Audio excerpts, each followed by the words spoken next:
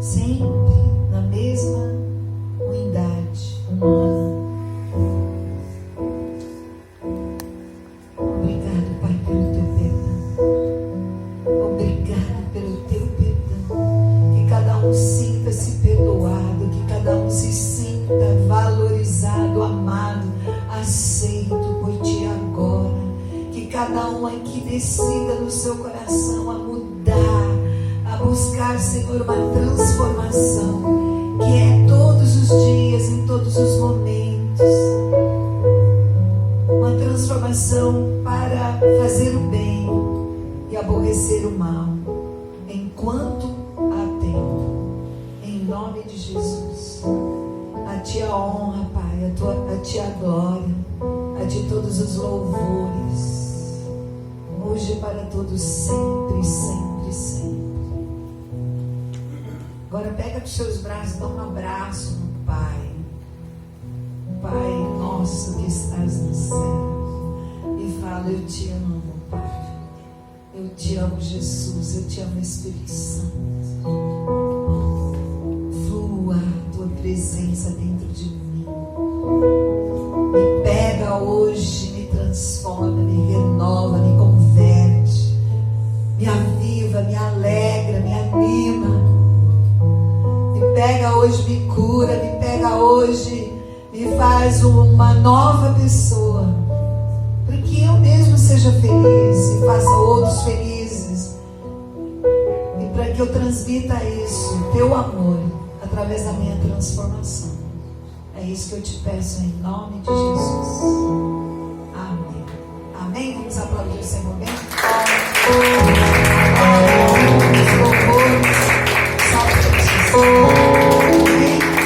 Glória a Deus. Dá um abraço maior aí no irmão e fala: eu te amo. O amor de Deus nos une. Te amo, Zezé. O amor de Deus nos une. Amém? Te amo, meu marido. Eu posso por também. Glória a Deus, amém? Dá uma grande salva de palmas ao nosso Deus, a palma mais forte ao Senhor. A Ele a honra, a Ele a glória, a Ele o louvor, em nome de Jesus, amém? Aleluia. Deus te abençoe. Uma boa noite. Que Deus fale tremendamente contigo nesse momento e em cada momento que vier agora, que Ele derrame da sua unção, da sua graça. Pode sentar, amém? Em nome de Jesus. Nós estamos começando hoje uma série de mensagens onde nós vamos falar sobre o profeta Elias. Quando Elias sobe aos céus, Eliseu pergunta, Eliseu, o discípulo, o sucessor de Elias, ele pergunta: onde está o Senhor, Deus de Elias? Deus esteve sempre no mesmo lugar. A pergunta de Deus é: onde estão os Elias desta geração? Amém? Onde estão aqueles que vão trazer transformação, que vão manifestar o reino de Deus, que vão buscar a presença do Senhor e mudar céus e terra? Porque a gente vai ver que Elias era homem sujeito às mesmas necessidades que eu e você. Foi Elias, sim, o profeta que foi parar na caverna. Foi Elias que um tempo ficou abatido por causa de uma má notícia que ele recebeu. Mas foi também Elias que foi chamado por Acabe de o perturbador de Israel. E isso é realmente um elogio, amém? E a gente vai estar falando ao longo dessas próximas semanas sobre isso. Hoje eu quero trazer para você aqui uma apresentação rápida, sobre essas ministrações. O tema da série é: você é a resposta para esta geração. A primeira mensagem é: onde estão os Elias desta geração? Nós somos a resposta. A segunda mensagem: obediência, a chave para dar a resposta. A terceira: ousadia para ser a boca de Deus aqui na terra. A quarta: a coragem para realizar o extraordinário. A quinta, a fé que move o sobrenatural. E encerrando, um coração alinhado com o céu. Então, seja bem-vindo a esse novo tempo e vamos viver aí a unção e o mover de Deus sobre a nossa vida. Você que estava aqui semana passada vai lembrar desse texto no Evangelho de João, capítulo 14, versículo 12, onde o Senhor Jesus, Ele traz para nós uma promessa: vocês farão obras maiores ainda. Vocês farão obras maiores ainda. Eu estava dizendo que a não tem a ver com a quantidade. A grandiosidade da obra de Deus está na transformação. É pegar um homem bruto e tosco como Pedro e transformá-lo em alguém cheio de autoridade. É pegar alguém como João, e nós falamos sobre João na semana passada e vimos a transformação que Deus fez na vida de João e como Deus trabalhou na vida de João. Então, quando Jesus fala aqui, lá no Evangelho de João, no capítulo 14, versículo 12, sobre obras maiores ainda, o que eu quero dizer para você é que Deus tem uma obra de transformação maior do que você já viveu e de tudo aquilo que já aconteceu, em nome de Jesus, amém? Deus quer nos transformar para quê? Para que nós possamos ser realmente sal da terra e luz do mundo, para que a gente possa influenciar verdadeiramente o nosso tempo, a nossa geração. Você crê nisso? Amém? Aleluia. Então, você vai ser a resposta para essa pergunta: onde estão os Elias desta geração? Levante a tua mão e declare comigo: Senhor meu Deus, eu quero ser esse Elias. Amém? Você já ouviu alguém aguado de água? Eu fui passar um copo d'água aqui. Eu falei: quem me dera beber daquela água do Zezé. Aí ele deu até um negócio na garganta. Onde estão os Elias desta geração? Somos eu e você. Leia comigo aqui o texto no primeiro livro dos Reis, no capítulo de número 18. Depois leia na tua casa, 1 Reis 17, 18, leia o 19. Você vai entender um pouquinho mais, entender sobre o contexto da história de Elias. Aqui no capítulo 18, nos versículos 16 e 17, o rei Acabe, um dos piores reis que Israel já teve, aquele mesmo que casou com Jezabel, ele tem um encontro com Elias. O profeta Obadias fala para Acabe: olha, Elias está te esperando em tal lugar. E Acabe vai até Elias e veja o título que ele usa para descrever Elias. Então Obadias foi até Acabe, passou-lhe a informação, e Acabe foi ao encontro de Elias. Quando viu Elias, disse-lhe: é você mesmo, perturbador de Israel? Repita comigo: perturbador de Israel. Amém? Veja, não era o perturbador da minha vida, não era o perturbador da minha família, não era o perturbador de uma região, era o perturbador de uma nação.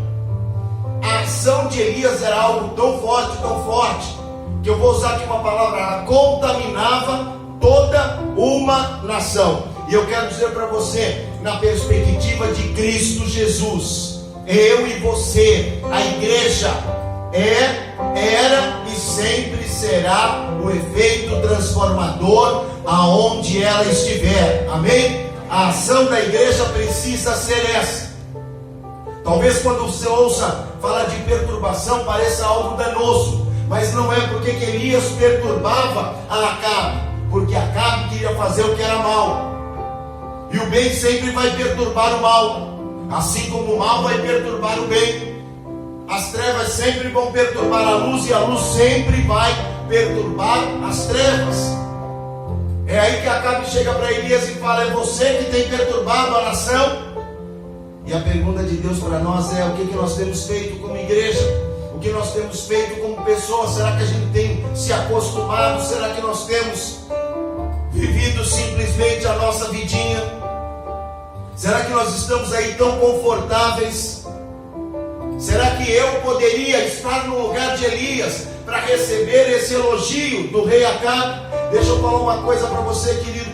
Eu ministrei, acho que já falei aqui sobre isso, mas tem uma pregação que eu fiz recente para um grupo de pastores, falando sobre aquilo que é o crescimento tão celebrado da igreja, do número de evangélicos. E se você procurar na internet, você vai ver, cresce o número de evangélicos no Brasil. Cresce o número de evangélicos no Brasil, mas não tem uma redução, por exemplo, da criminalidade. Cresce o número de evangélicos no Brasil, mas não tem uma redução proporcional àquilo que é a corrupção. Cresce o número de evangélicos no Brasil, mas não diminui o número de divórcios. Você que cozinha vai entender bem o que eu estou falando, e não precisa ser um Masterchef para compreender isso. Se você aumentar o volume de sal, a quantidade de sal na comida, a comida vai chegar uma hora que ela vai ficar intragável de tanto sal, não é verdade? A gente aumenta a quantidade de sal, é uma pitada, é um pouco mais, é uma colher de chá, é uma colher de sopa, aquilo se torna sensível. Entenda o que eu estou dizendo para você, o número tem aumentado. É chique ser crente, mas não tem uma transformação. O número aumenta, mas não perturba as trevas. O número aumenta, mas não traz mudança. O estado que mais tem evangélicos em termos de proporção no Brasil é o estado do Acre. A capital, Rio Branco, o número de evangélicos ele quase que iguala com o número de católicos. No ano de 2010, isso tem 10 anos já esse dado. No ano de 2010, Rio Branco foi a cidade que mais teve crimes à mão armada. Você entende o que eu estou dizendo? Tem um grande número de crentes, mas não diminuiu a violência, não diminuiu a criminalidade lá em Rio Branco. A igreja cresce, mas muitas vezes a igreja não traz a perturbação que ela deveria trazer. Se a gente está crescendo tanto, a nossa fé em Jesus não pode ser apenas de vivermos uma religião, de expressarmos uma ação de conduta, não pode, tem que ser algo diferente. Nós precisamos trazer a transformação. Por que Elias, ele foi chamado de perturbador?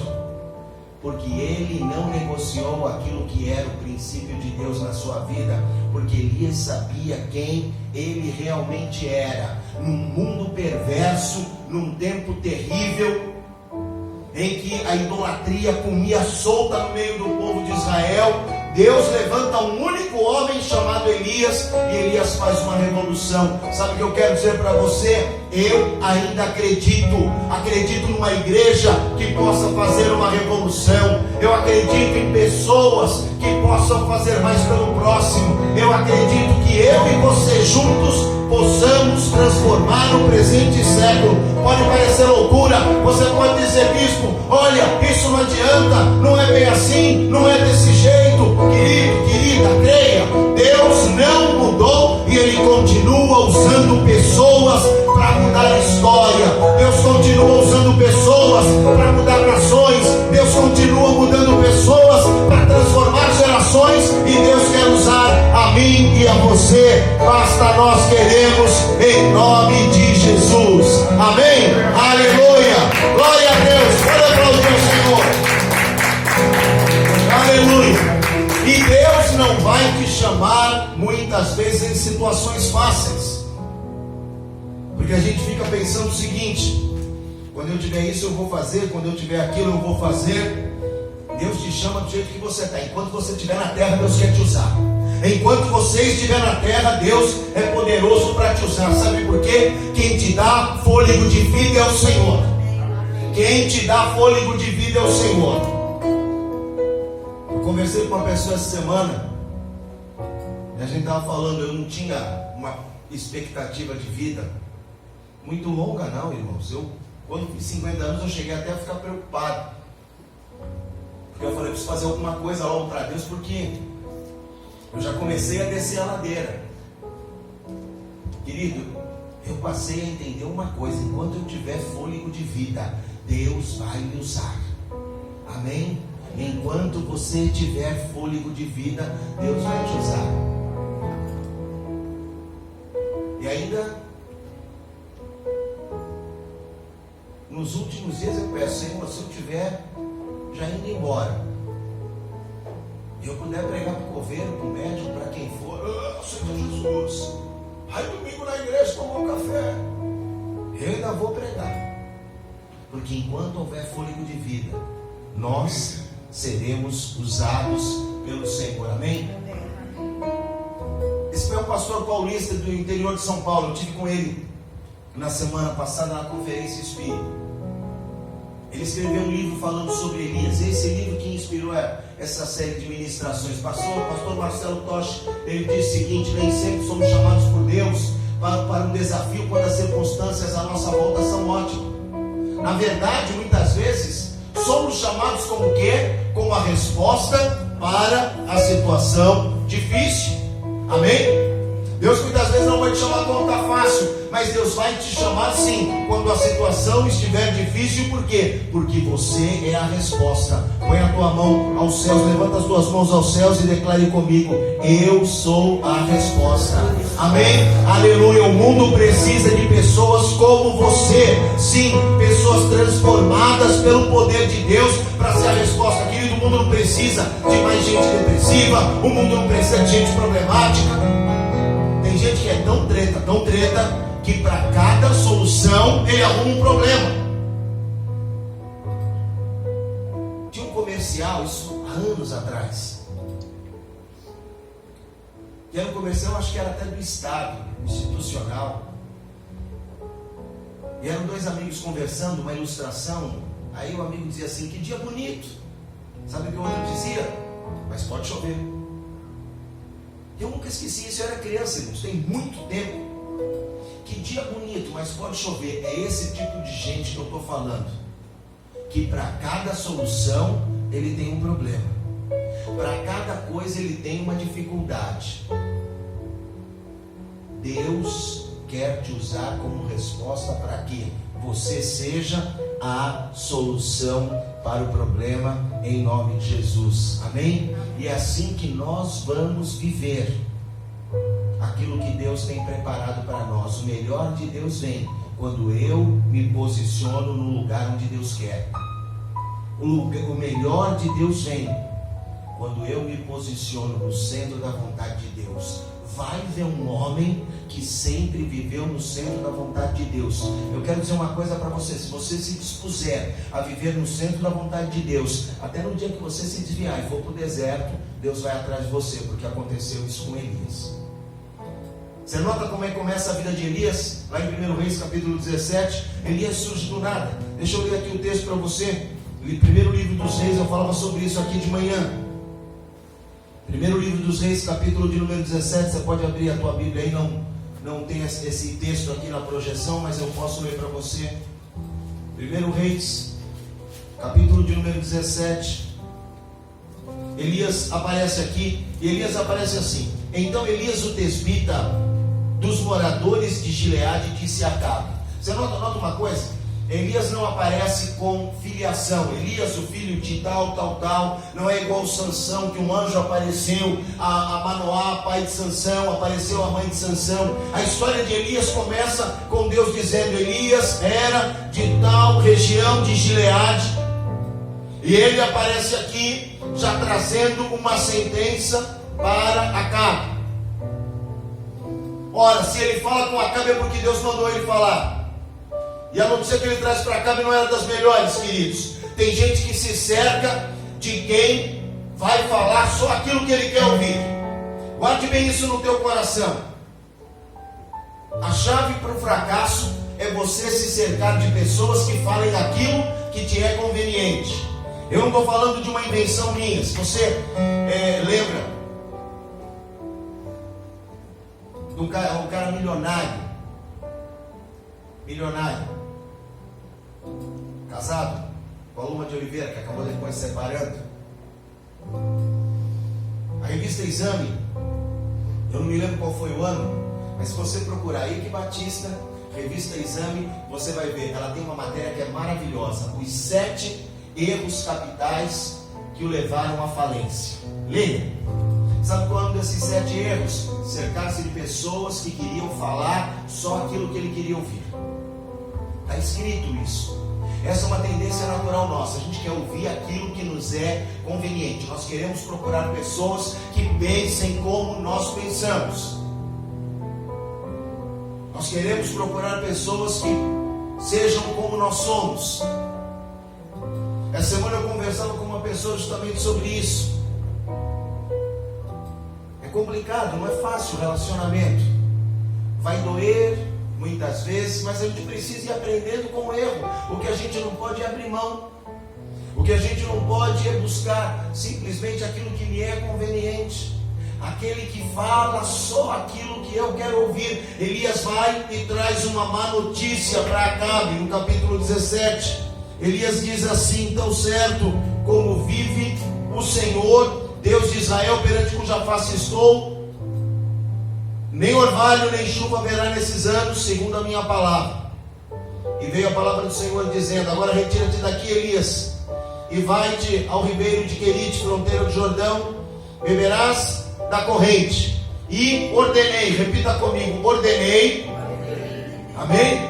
Isso aí, aos corvos que te alimentem, beberás da torrente. Ordenei aos corvos que te alimentem. Em verso 5, foi ele e fez segundo a palavra do Senhor, retirou-se e habitou junto à torrente de Querite, fronteira do Jordão. Os corvos lhe traziam pela manhã pão e carne, como também pão e carne ao anoitecer, bebia da torrente, mas chegou o tempo que a torrente secou. Verso 7, e aí no versículo 8 vem de novo a palavra do Senhor para Elias: levanta-te e vai a Sarepta, que pertence a Sidom, e demora-te ali. Olha o verso 9, onde ordenei, repita comigo, ordenei. Agora Deus ordena quem? Deus ordena a viúva. Primeiro Deus fala com Elias e diz para Elias: vai lá para a beirada do ribeiro, vai beber daquela água, eu já ordenei aos corvos. Agora, o Senhor, olha, secou o ribeiro, beleza, Elias? Agora você vai para Sarepta, porque lá em Sarepta eu já ordenei uma viúva para te sustentar. O que tem aqui de interessante? Guarda isso no teu espírito, olha que coisa interessante. O que é viver no centro da vontade de Deus? Deus fala com Elias: vai para cá, vai para lá, faça isso, faça aquilo. Mas a provisão Deus já havia ordenado. Aqui tem um segredo espiritual para a minha vida e para a tua vida. Deus nos dá direção, mas a provisão Ele dá uma ordem. Amém? Deus fala para nós: mova-se dessa maneira, esteja na minha presença, ande na minha direção, seja você o perturbador de Israel, e eu já ordenei a tua provisão. Amém? O segredo é esse, irmãos. É eu entender que Deus comigo Ele fala, mas a provisão Ele já ordenou. É entender que Deus comigo Ele dirige, mas a provisão Ele já preparou. Eu quero declarar e profetizar: estamos encerrando hoje, dia 30 de junho, o primeiro semestre de 2019. Mas o Senhor já ordenou a nossa provisão para julho, agosto, setembro, outubro, novembro e até a volta de Cristo. Sabe o que depende? Depende de nós nos movermos na vontade de Deus. Depende de nós nos movermos na direção do Senhor. A tua provisão já foi ordenada. Com você Deus conversa, com a provisão Ele ordena. Amém? Aplauda ao Senhor com alegria. Já ordenei aos corvos, já ordenei a viúva. Sabe o que acontece, querido? Às vezes a gente passa aperto por que quer, porque a provisão ela já está ordenada. Deus já deu ordem à provisão. Amém? Você é a resposta. Como ser um Elias nos nossos tempos, na nossa geração? Em primeiro lugar, vivendo a nossa identidade de filho. Amém? Nosso grande problema, sabe qual é? É não saber quem somos. Já ouviu falar da tal, fulano está vivendo uma crise de identidade. Esse é o grande problema. A gente não sabe quem é. É por isso que a gente vive insatisfeito. É por isso que marido arruma amante.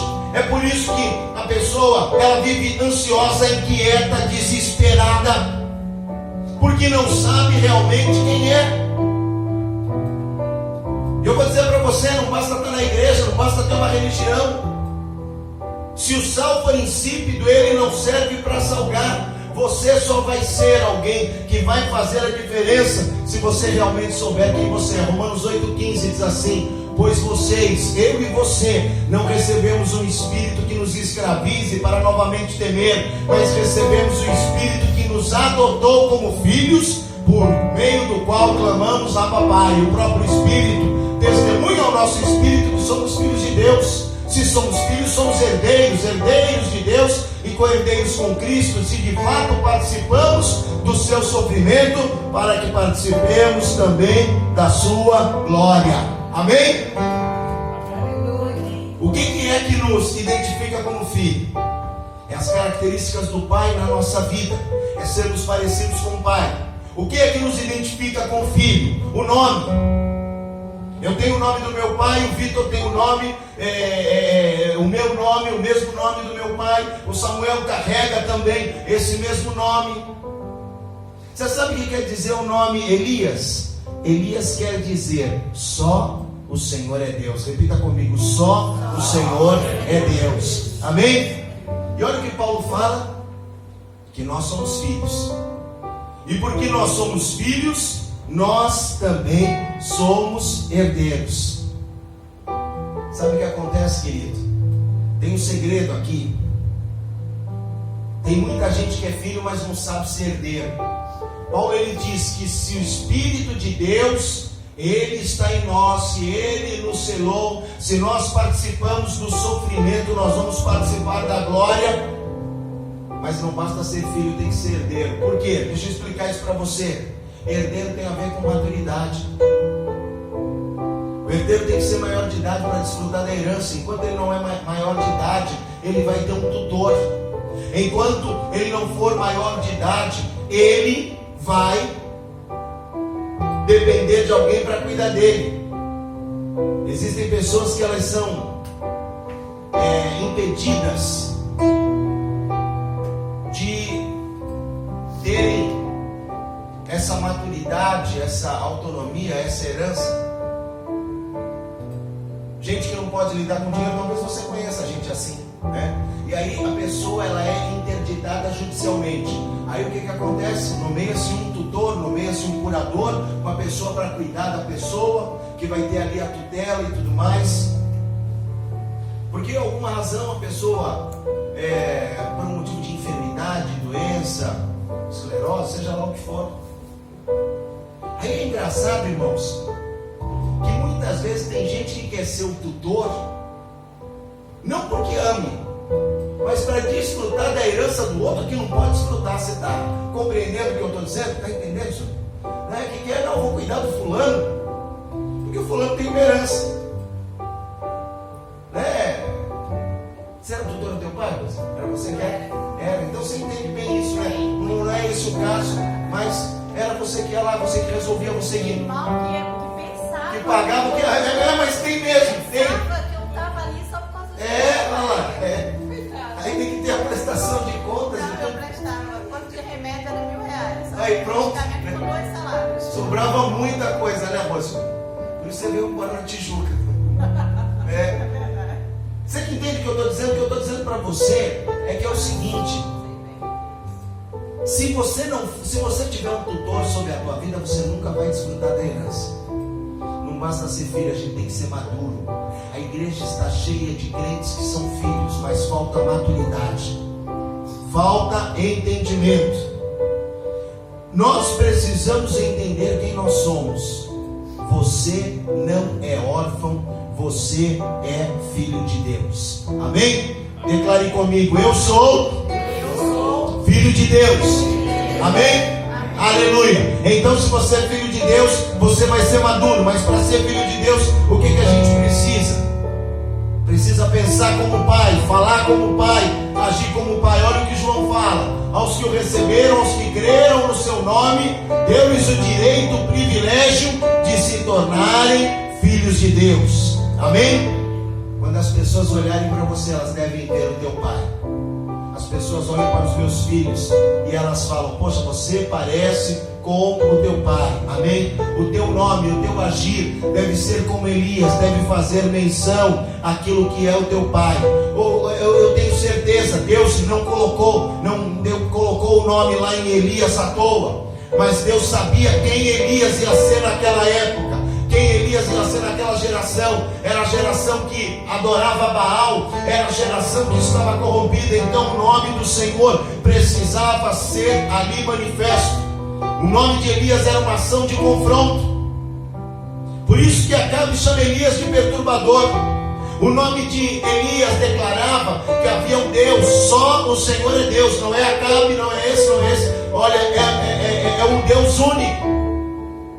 E Elias precisava realmente ter essa certeza. A Bíblia não fala quem era o pai de Elias. A Bíblia não fala de quem ele era filho. E eu imagino, os pais de Elias não tinham ideia de como o filho deles iria marcar aquela geração. Por quê? Porque Elias não era filho apenas de pais biológicos aqui na terra. Elias era realmente um filho de Deus. Amém? É engraçado que quando a gente olha para a história, a gente vai ver que tem mais relato na história, na Bíblia, do histórico de Acabe do que do de Elias. Traz ali a filiação. Acabe era filho de Onri, Acabe era casado com Jezabel. Traz o nome do avô de Acabe. De Elias não fala nada. Elias aparece no contexto dizendo: o meu nome quer dizer só o Senhor é Deus. Amém? Eu quero dizer para você que em Cristo Jesus nós também somos filhos de Deus. Aleluia. Sabe por que você e eu podemos sim manifestar a glória de Deus aqui na terra? Porque nós somos filhos de Deus. Amém? A grande dificuldade, hoje à tarde eu estava orando, eu estava pensando sobre essa palavra. Sabe qual é a grande dificuldade que a gente tem de se relacionar com Deus? É que a gente tem uma referência ruim de família. É sério isso que eu vou te falar. Se a gente não sabe se relacionar com o nosso irmão, com o nosso pai, com a nossa mãe, como família, a gente tem dificuldade de se relacionar com Deus. O ano passado eu não tinha assistido, eu assisti na net o filme A Cabana com a sua amiga. Ela já tinha visto no cinema e tudo. Qual era o grande problema lá do pai da menina? É que ele era casado, ele tinha tido um pai, se você assistiu você vai lembrar, que o maltratava, que o batia, que era um religioso, que bebia, enchia a cara, que ia para a igreja. E a esposa dele se relacionava com Deus e chamava Deus de paizinho. E cada vez que ele ouvia a esposa orando e dizendo paizinho, ele se lembrava de quem? Do pai dele. Então para ele era uma incoerência. Como é que Deus pode ser um pai se o meu pai me batia, se o meu pai bebia, se o meu pai era isso, aquilo outro? É uma incoerência. E aí quando Deus se apresenta para ele, Deus se apresenta para ele de outra maneira. Eu não vou contar para você o filme, talvez você não tenha assistido, vale a pena você assistir. Mas Deus se apresenta de uma outra maneira, até conhecendo a dificuldade dele. Deus se apresenta de outra maneira. O que eu quero dizer para você é: você não é órfão, nós temos um pai. Amém? Você é filho de Deus. Existe um nome sobre a tua vida, um nome que é sobre todo nome. Amém? Se Elias quer dizer só o Senhor é Deus, eu quero profetizar e declarar: nós recebemos a Jesus. O nome de Jesus está sobre nós.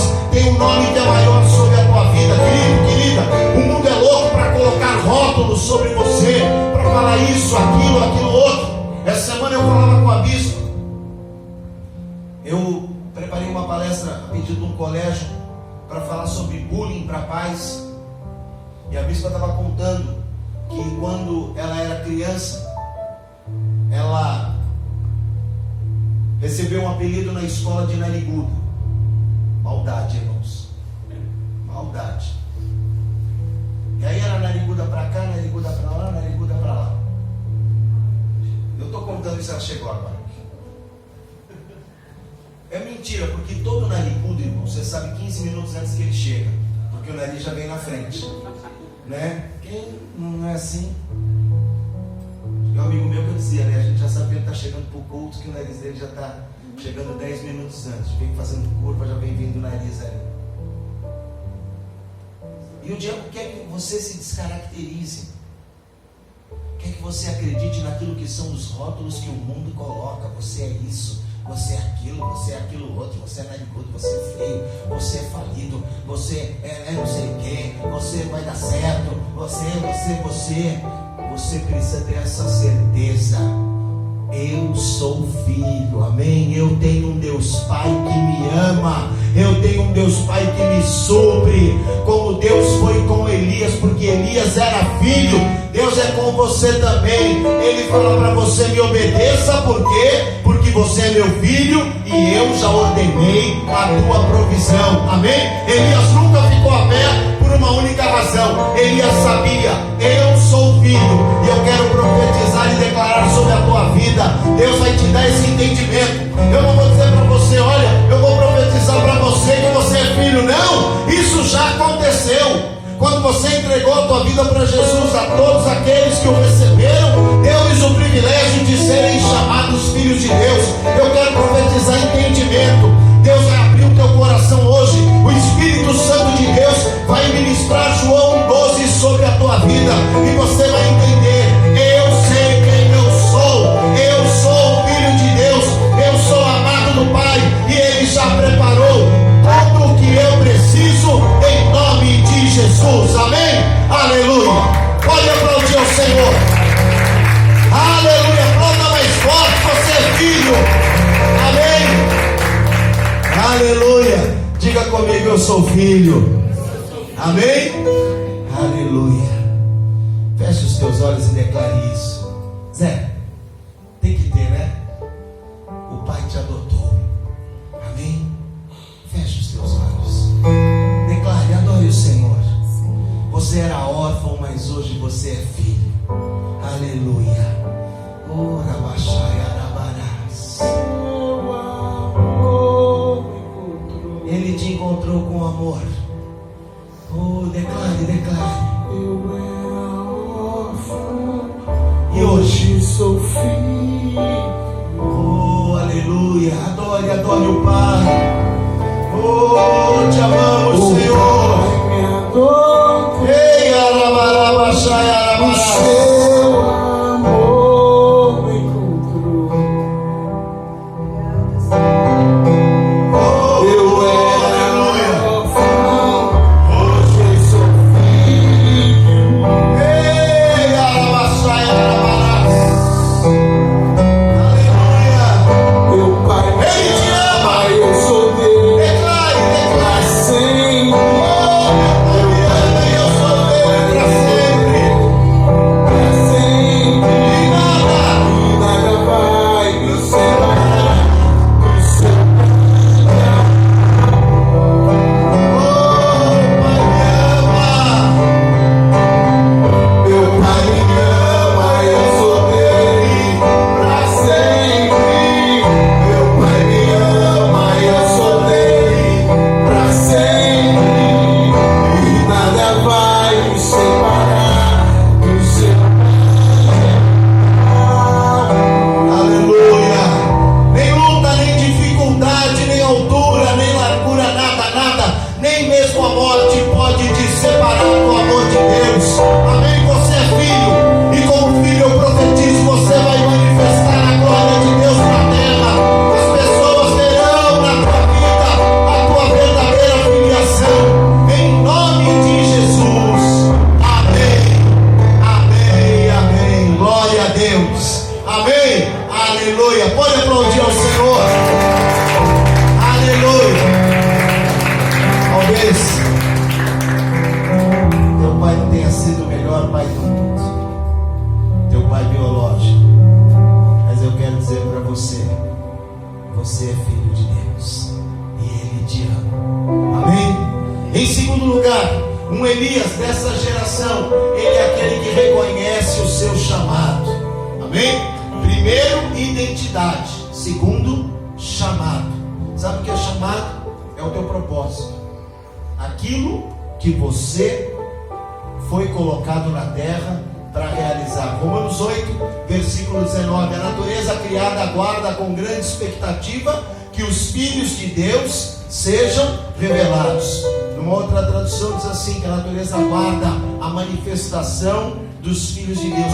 Querido, para você entender esse versículo, é como se tivesse um grande teatro, e aí você fica ali esperando a hora que aquele artista vai entrar para fazer a apresentação dele.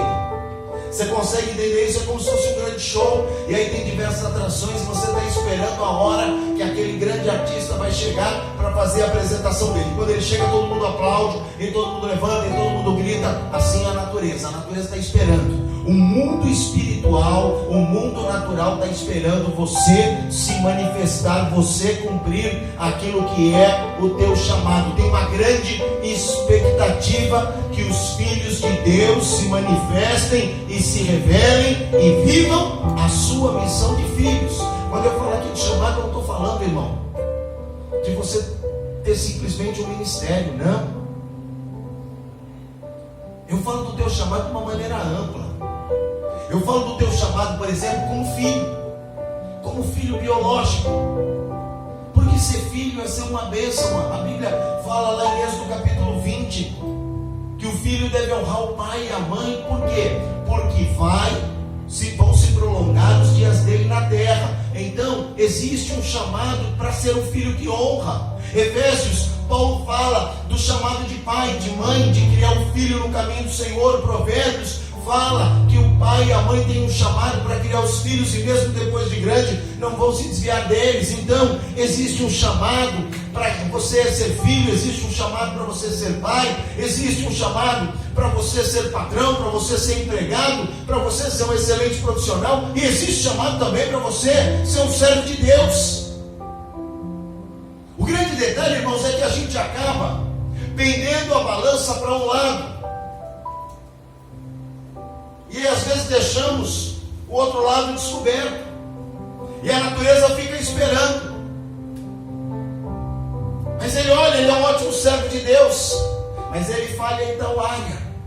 Mas olha, ele está preocupado com isso, ele está cuidando disso, mas ele deixou descoberto aqui. Deus tem um chamado para nós, Deus tinha um chamado para Elias. E como o pastor Marcelo Tosh falou, muitas vezes o teu chamado não vai ser no momento mais simples. Deus vai te chamar talvez para você interferir numa determinada situação, para você atravessar um determinado deserto.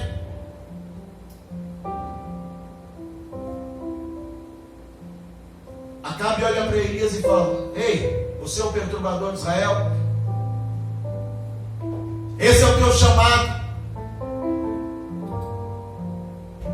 Esse é o teu chamado, denunciar o meu pecado, denunciar justamente a idolatria. Será que a gente realmente tem perturbado o mundo que a gente vive, ou nós temos nos conformado àquilo que é a condição do mundo? Atos capítulo 17, verso 6. Vou falar aqui rapidamente de um outro perturbador, o apóstolo Paulo.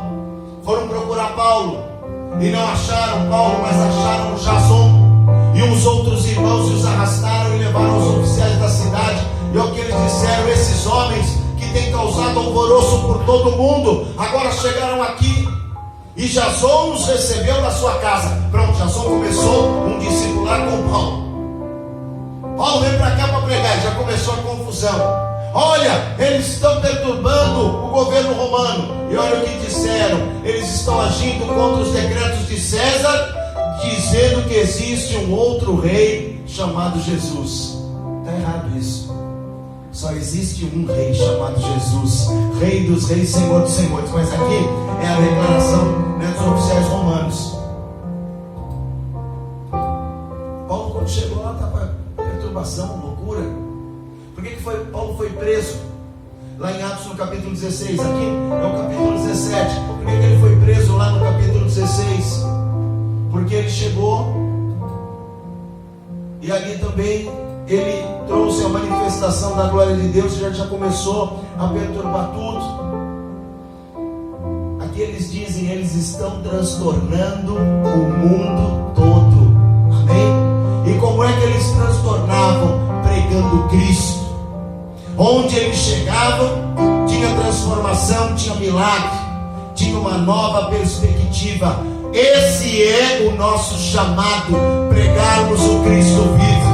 Amém? Anunciarmos ao mundo que tem salvação, anunciarmos ao mundo que tem jeito, amarmos com o amor de Jesus. Amém? Aleluia. Porque lá em Mateus no capítulo 28, versos 18, 19 e 20, lá no finalzinho de Mateus, o que Jesus fala? Ide por todo mundo, pregai o Evangelho. Aquele que crer e for batizado será salvo. Vamos batizar, vamos fazer, vamos acontecer. O Rei Jesus mandou fazer isso. Se a gente recebesse talvez um comissionamento de um rei terreno, de uma autoridade, não, olha, eu estou trabalhando para o prefeito, eu estou trabalhando para o fulano, eu estou trabalhando para o governador ou para o presidente, nós nos sentiríamos honrados. Veja o que esse missionário americano David Livingstone falou. Ele disse assim: se uma comissão dada por um rei terreno é uma honra, como pode a comissão dada por um rei celestial ser considerada um sacrifício? Ai, que dureza, ai, que dificuldade, ai, tem que ir para a igreja. Irmãos, o nosso chamado é um privilégio. Nós recebemos aqui ontem 10 homens com idade de 21 a 50 anos. O mais novo tinha 21, que tinha 50 parecia que tinha 70. E eles perderam a perspectiva deles, por quê? Por causa de droga, por causa de bebida, por causa de crack, de cocaína. E conversando aí ao longo do dia com eles, o discurso deles era um só: eu perdi família, eu perdi isso, eu perdi aquilo, eu já fiz tanta coisa na vida, eu já fiz isso. E quando deu umas 4 horas da tarde, o Espírito Santo me incomodou de tal forma, eu juntei todos eles aqui embaixo e falei para eles: vocês não perderam. Vocês podem achar que perderam muita coisa, mas Deus é Deus de nova oportunidade. Quando a gente se alinha à vontade de Deus, ao chamado de Deus, as coisas fluem na vida da gente. Não é sacrifício, irmãos. Sacrifício foi ver onde aqueles 10 homens sem família, aqueles 10 profissionais com uma história: eu já fiz isso, eu já fiz aquilo, mas hoje eu não faço nada. E eles saíram daqui e voltaram para o centro de recuperação, e a gente ainda ficou aqui com Domingos, a Norma, a Ana, a Clarinha, o Wendel, lavando, limpando. Eu voltei para casa muito feliz. Eu falei: Senhor, obrigado, porque eu posso ir para casa.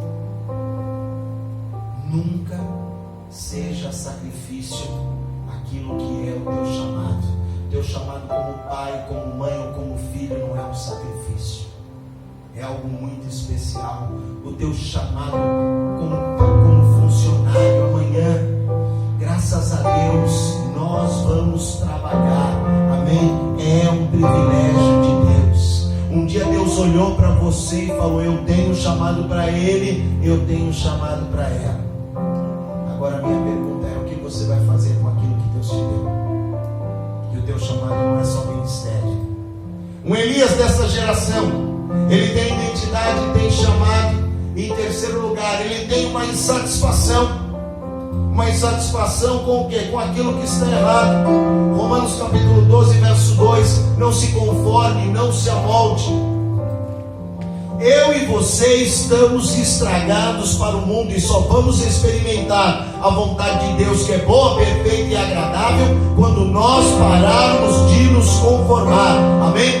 Tinha mais de 3.500 profetas lá em Israel na época de Elias que não comiam na mesa de Jezabel. Entretanto, tinha um monte de profeta que já tinha se conformado, que já tinha entrado ali no sistema. que adoravam a Baal. Elias era aquele que era inconformado. Elias não aceitava aquilo. Aquele que não influencia, ele acaba sendo influenciado. E eu quero dizer para você, nós precisamos ser os insatisfeitos. Amém? Que você nunca ache que está bom. Que você nunca ache que você já fez o bastante. Que você nunca ache que as coisas são normais. Querido, não é normal adolescente de 12 anos carregando bebê, não na barriga, já na mão, quer dizer, ficou grávida com 11. Misericórdia, isso não é normal. Não é normal adolescente menino com 12 anos empunhando um fuzil, às vezes maior que ele. Não é normal. Não é normal, querido, as pessoas se casarem, e aqueles que ficam casados, em vez de querer ter filho, é mais fácil ter um cachorro. E não é normal aqueles que se casaram e depois acham que separam. Meu Deus, que mundo que é esse? Que mundo que é esse? E a gente continua conhecendo pessoas assim, conhecendo adolescentes que precisam, conhecendo famílias que precisam, mas a gente vai achando que é comum. Há uns 15 dias atrás, eu falei sobre família num acampamento por diversas vezes. Foram 5 ministrações assim consecutivas o dia inteiro. Eu falava uma coisa que o Espírito colocou no meu coração. Para ver problema de família, querido, você não precisa ir muito longe. Perto da gente, às vezes dentro da casa da gente tem. Eu quero dizer para você, isso não é normal. Nós somos aqueles que sabemos qual é a saída.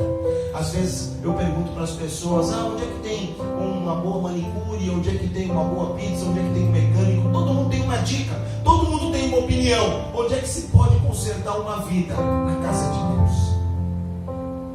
Mas a gente acha que isso aí já é normal. Não, é desse jeito mesmo. Nós achamos, o fulano não quer. A inconformação, esse inconformismo tem que estar no nosso coração. Não é normal.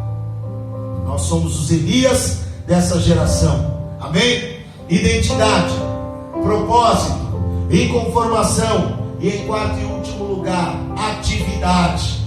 É um agente ativo na transformação do mundo. Primeira carta de Paulo aos Tessalonicenses 1:8. Porque partindo de vocês, ó igreja de Tessalônica, propagou-se a mensagem do Senhor na Macedônia e na Acaia.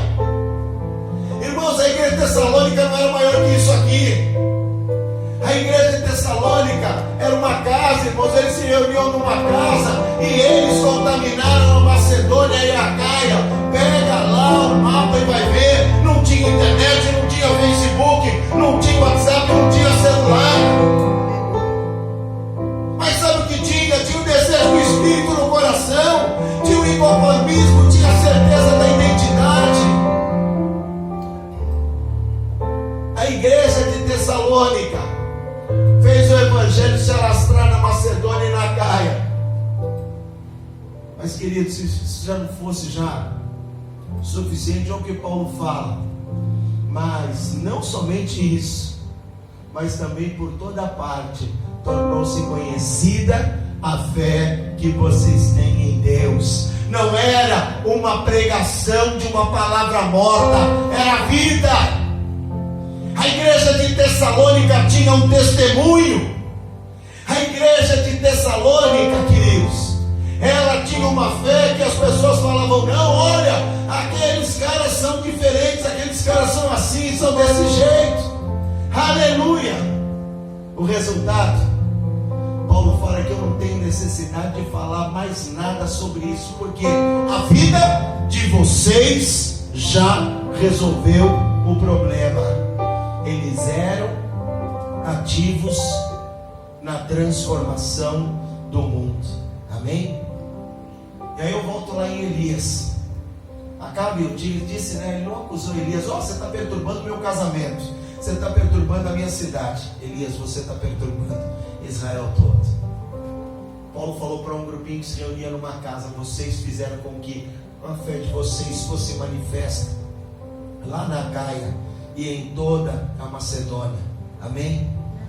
Eu quero profetizar e declarar sobre a tua vida, querido. Não é à toa que hoje está encerrando esse primeiro semestre. Que esse semestre fique para trás.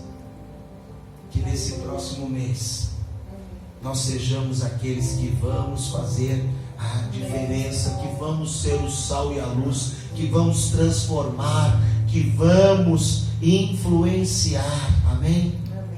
Aleluia.